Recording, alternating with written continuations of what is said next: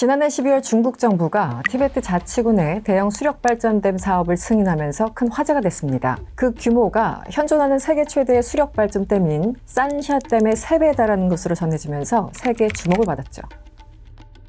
계획대로 진행된다면 무려 3천억 킬로와트시에 달하는 발전 용량을 자랑하게 될 텐데요. 현재 세계 최대라는 산샤댐의 연간 발전량이 882억 킬로와트시라는 걸 감안한다면 엄청난 규모입니다. 굳이 비교하자면 국내 최대 수력발전댐인 충주댐의 연간 발전량은 약 5억 킬로와트시죠. 문제는 이런 초대형 댐이 지어질 장소가 인도 그리고 방글라데시와 공유하는 국제 하천이죠. 얄룽창포 강이라는 건데요. 하류에 위치한 국가들은 이 댐의 영향을 우려할 수밖에 없습니다. 그 가운데서도 특히 인도가 민감하게 반응하고 있는데요. 일단 인도 정부는 댐으로 인해 유량의 변화가 생기면 하류 생태계와 함께 지역 주민 생계에 치명타를 입힐 거라고 주장하고 있습니다. 더 나아가 중국과 국경 갈등을 안고 있는 만큼 정치적인 도구로 이용될 수 있다는 의심까지 하고 있죠. 만약 분쟁이 발생할 경우에 중국이 이 댐을 마치 수도꼭지처럼 이용해서 자국을 압박할 카드로 사용할 수 있다는 겁니다. 더군다나 지난해 10월 양국 정상이 만나서 국경 평화를 논의한 지 2달도 되지 않아 일어난 일이기 때문에 인도 정부는 더욱 당혹감을 감추지 못하고 있습니다. 인도 외무부와 국방부는 차례로 입장문을 통해서 댐으로 인한 하류 국가의 피해는 없어야 할 것이라고 경고했고요. 당시 양국 긴장이 다시 높아질 것을 우려한 바이든 행정부도 해당 사안을 주시하고 있다고 밝힌 바 있습니다. 디플로맷에 따르면 인도의 일부 인사들은 이번 댐 건설을 두고 인도에 대한 물폭탄이라고까지 표현하고 있습니다. 이에 대해 중국 외무부는 철저한 과학적 검증을 거쳤기 때문에 다른 국가들이 우려하는 부정적 영향은 없을 것이라고 선을 긋고 있습니다. 이처럼 인접국의 반대에도 불구하고 중국이 댐 건설을 강행하는 이유는 무엇일까요? 그리고 댐은 어떤 문제를 안고 있는 걸까요? 안녕하세요. 저는 이승원이고요. 오늘은 얄룽창포 댐에 대해서 조금 더 가까이 들여다보겠습니다.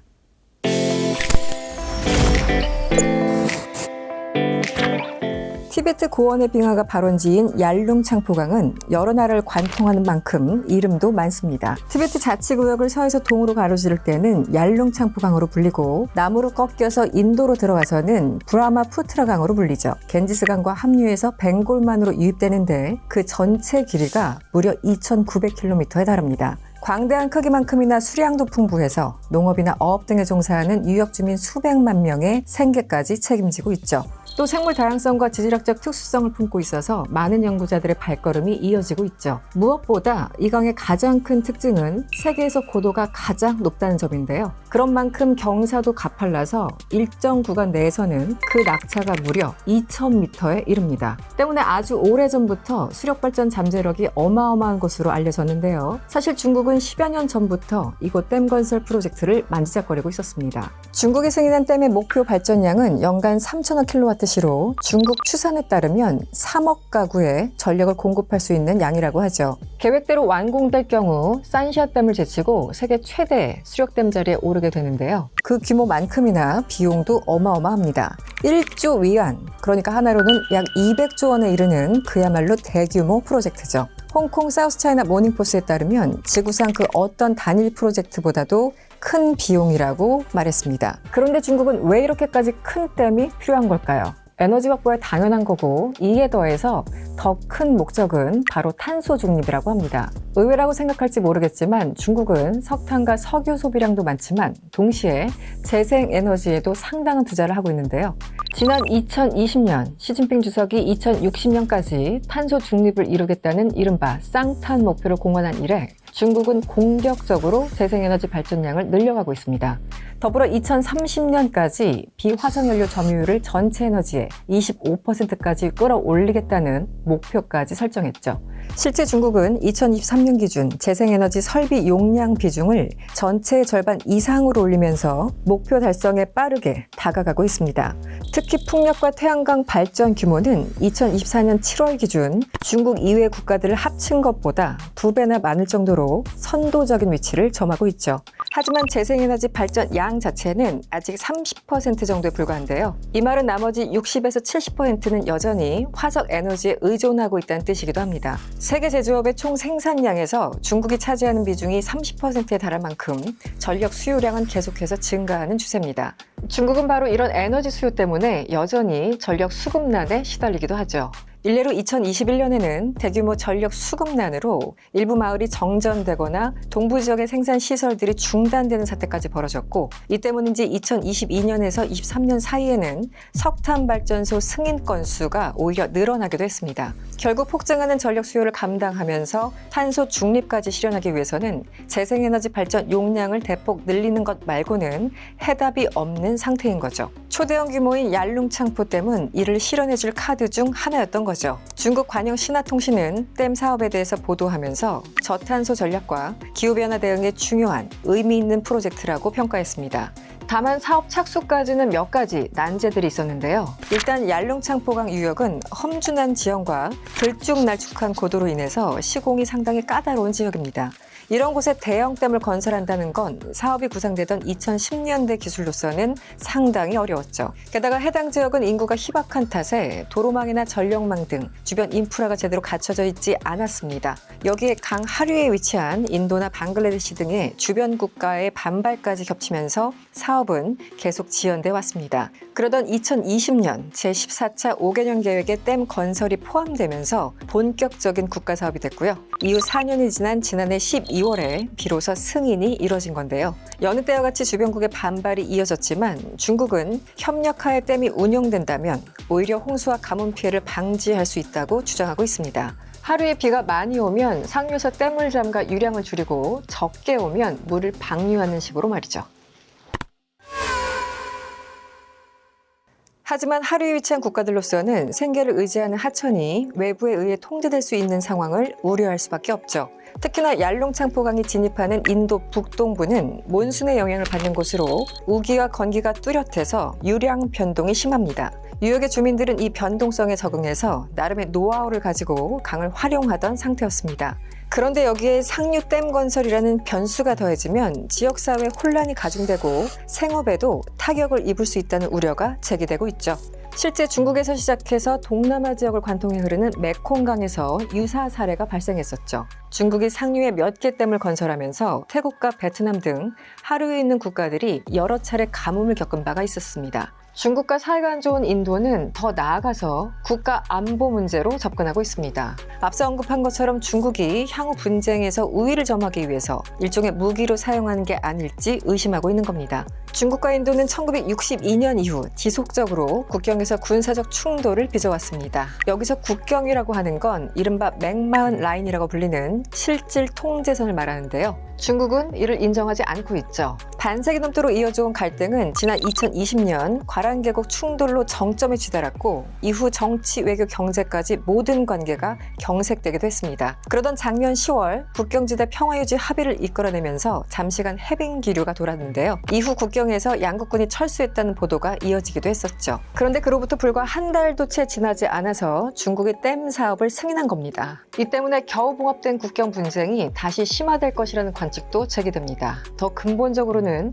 중국에 대한 인도의 신뢰가 바닥난 게 문제입니다. 중국은 지금까지 상류 수자원을 활용할 때 하류에 위치한 국가들에게 알리지 않았는데요. 실제 중국은 지난 2014년 인도 측에 알리지도 않고 상류에 대형 댐을 완공해버린 전적이 있습니다. 미국 스팀슨 센터에 따르면 이렇게 상류에 계획되고 있거나 지어진 댐은 18개에 이른다고 하죠. 지금까지 보여온 이런 일방적인 태도 때문에 인도는 더욱 불안해하고 있습니다. 반면 물 자체는 그다지 문제되지 않을 것이라는 의견도 있습니다. 유엔 식량농업기구에 따르면 얄룽창포강 유량에 대한 중국의 기여도는 30% 정도로 추산됩니다. 풀어서 설명하자면 중국이 유량에 미칠 수 있는 영향력은 30% 정도로 그리 크지 않다는 거죠. 또 다른 전문가에 따르면 얄룽창포강 유량의 86%는 인도 영토에 진입한 이후에 발생하고 있는데요. 이 얘기는 얄룽창포강의 유량은 댐을 지나고 나서야 유의미하게 증가한다는 거죠. 때문에 인도 영토에 진입하기 전에 위치한 댐이 하류 유량에 줄 수 있는 영향은 미미하다는 주장도 있습니다.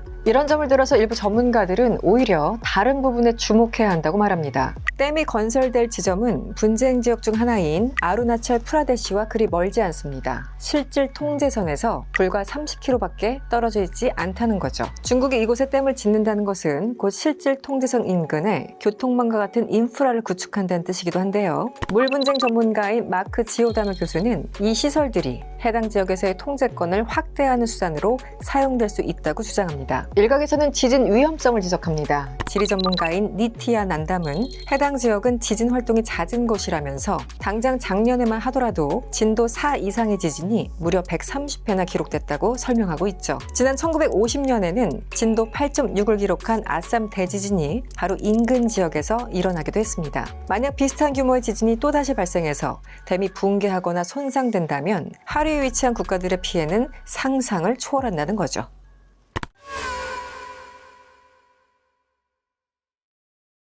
그런데 여기서 하나 의문이 듭니다. 여러 나라를 관통하는 국제 하천들은 필연적으로 외교적 분쟁을 야기할 수밖에 없어서 관련 협정을 통해서 하천 이용에 대해서 논의하고 조율하는 것이 통상적이죠. 이런 수많은 우려에도 불구하고 인도 정부는 왜 이 같은 수단을 이용하지 않는 걸까요? 사실 이유는 간단합니다. 관련 협정이 존재하지 않기 때문이죠. 한마디로 이용하지 않는 게 아니라 못하는 겁니다. 우선 얄롱창포강이 관통하는 국가인 중국과 인도, 방글라데시는 모두 UN 다국적 수로 협약을 비준하지 않은 국가들입니다. 다국적 수로 협약은 여러 국가가 공유하는 수로의 이용과 관리에 관한 국제 협약인데요. 중국은 상류 국가로서 하류 국가에 대한 책임을 지나치게 강조하고 있다면서 해당 협약이 자국의 주권을 침해할 여지가 있다고 생각합니다. 인도 역시 주변의 방글라데시나 파키스탄에 비하면 상대적인 상류 국가죠. 따지자면 영향력을 행사할 수 있는 위치란 뜻입니다. 때문에 중국과 인도는 해당 협약에 서명조차 하지 않은 상태입니다. 이 같은 이유로 얄롱창포강 유역 국가들은 하천 이용에 대한 구속력 있는 협정은커녕 명확한 원칙조차 세우지 못하고 있죠. 그런데 사실 거슬러 올라가면 두 나라 사이에서 강 관련 협력이 아예 없었던 것은 아니죠.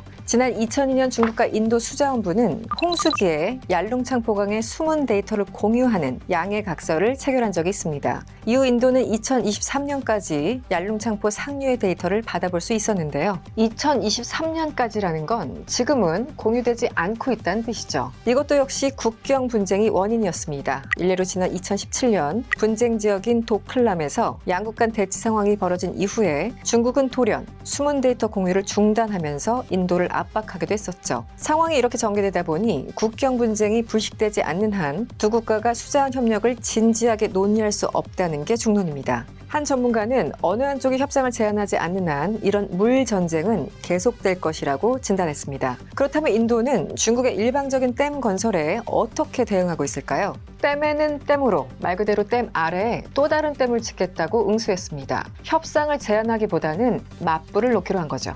중국 정부가 2020년 12월 댐 건설 계획을 발표한 직후 인도 역시 중국 댐 프로젝트의 부정적인 영향을 완화하기 위해서 댐 건설을 고려하고 있다고 밝힌 적이 있었는데요. 실제로 사업이 승인되자 이 카드를 다시 만지작거리고 있는 겁니다. 인도 정부가 계획하고 있는 132억 달러 규모의 시앙댐 프로젝트는 1000만 킬로와트시의 발전 용량에 저수시설까지 포함하고 있습니다. 이는 중국의 기습 방류에 대비하기 위한 것이라고 하죠. 계획 자체는 오래됐지만 번번이 지역사회 반대에 부딪혀 왔는데요. 그러던 차에 이번 일을 계기로 중국 댐에 대응해서 국가 안보를 지키겠다는 강력한 명분이 생긴 겁니다. 아루나찰 프라데시 주 수석 장관은 정부의 뜻에 공감하면서 댐 건설을 지지했지만 수몰 위기에 처한 지역 주민들은 이번에도 연일 시위를 이어가면서 완강하게 반대하고 있죠. 댐을 댐으로 막겠다는 계획을 두고 한 정책 분석가는 두 나라 모두 환경 문제나 이주민 발생 문제에 대해서는 걱정하지 않는다는 것을 말해준다고 꼬집고 있죠. 또 다른 전문가는 중국과 인도는 댐을 새로운 경계 표지석으로 삼고 이를 지역에 대한 통제권을 구축하거나 주장하기 위한 수단으로 활용하고 있다고 지적했습니다.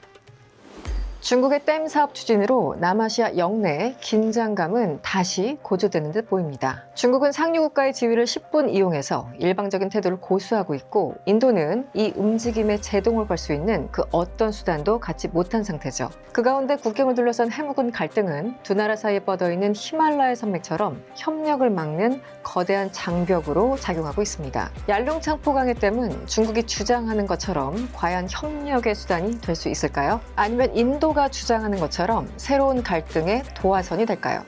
월드 클로즈업 이승원이었습니다.